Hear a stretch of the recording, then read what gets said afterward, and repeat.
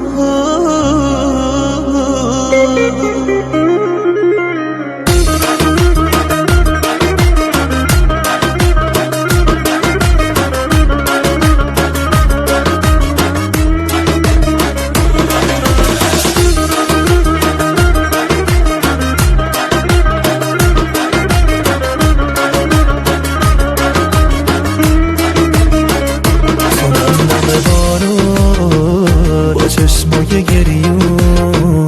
تو دور میشی یارو من میمیرم تو حلقه چشمام میلرزیدن اشکام تو میری تو رویام و من میمیرم نمیبینی تنهام دنیام چشمام به خاطر دوریت میباره نمیدونی اشکام امشب عشقم بدون تو پایون نداره نمیبینی تنهام دنیام قلبم واسه نگاهت بیقراره نمیدونی عشقم رویام دنیام بدون تو آروم نداره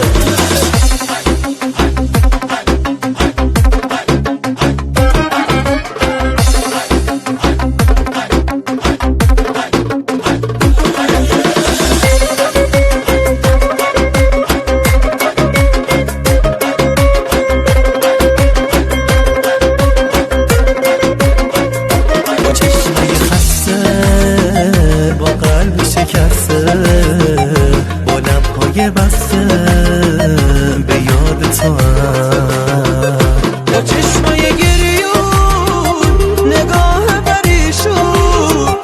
تو نیستی و آروم دارم میمیرم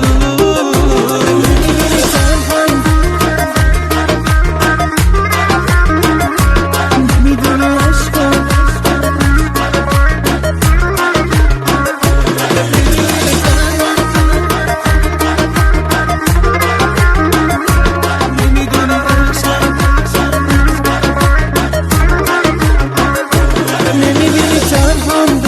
چشمام به خاطر دوریت میباره نمیدونی عشقم رویام دنیام بدون تو آروم نداره نمیبینی تنهام دنیام قلبم واسه نگاهت بیقراره نمیدونی عشقم امشب عشقم بدون تو پایون نداره